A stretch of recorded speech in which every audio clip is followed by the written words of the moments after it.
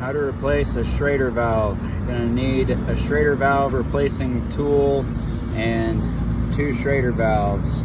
And we're also gonna replace the caps. First, we're gonna take the old cap off.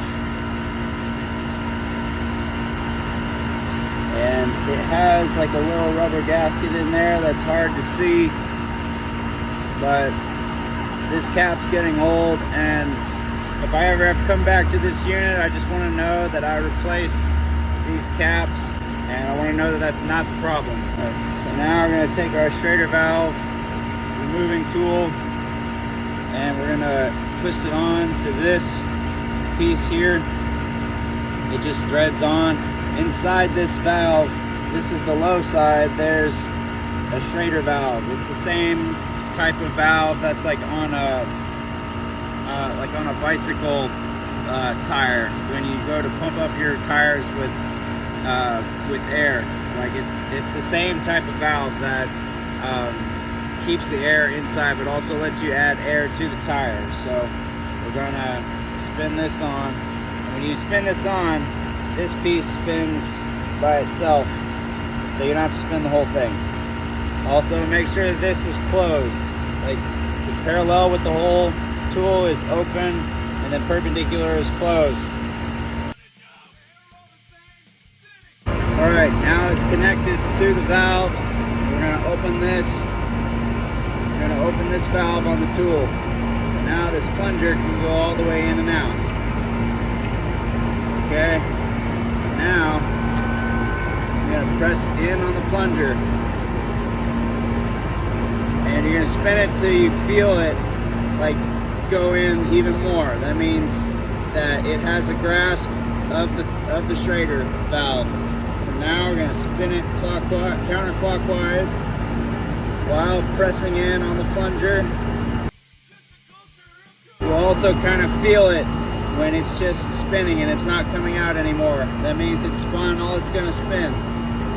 Now just let the plunger out completely. All right, now close the valve on the tool. And then we can spin this back piece off now, like so, counterclockwise.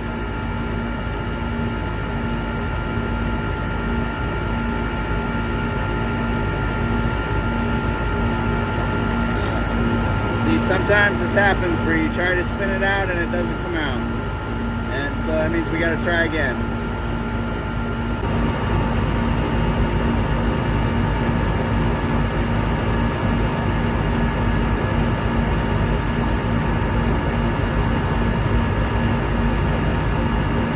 There we go. See, that's the Schrader valve. That's inside the low side valve. There's another one in the high side valve also.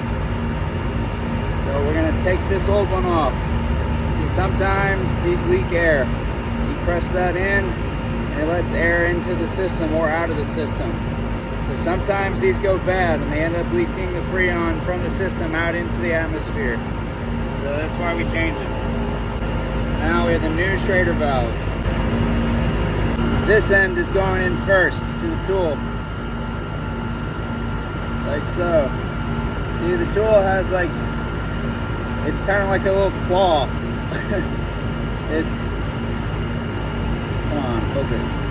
Yeah, see there's a hole in the center, and then there's like, it's kind of like a little claw on the edges to grasp hold of the Schrader valve. So the Schrader valve goes in like so, and now we're just going to spin it in the way we took it out, except we're going to spin it we're going to spin it clockwise.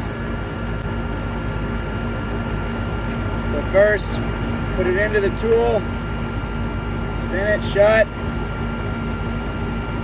clockwise, and then you can open the valve. Alright, now we can push in on the plunger and then spin it clockwise.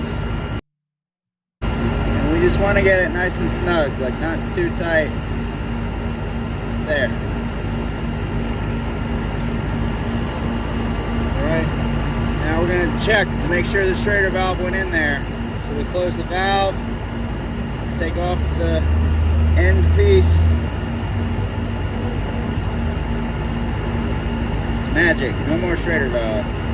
Now we're going to put the end piece back on.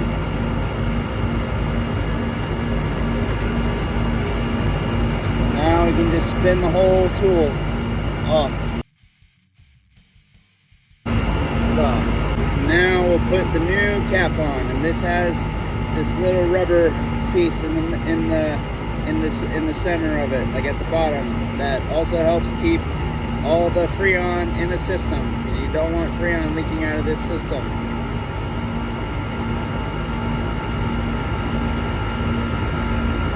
That's how you charge a Schrader valve.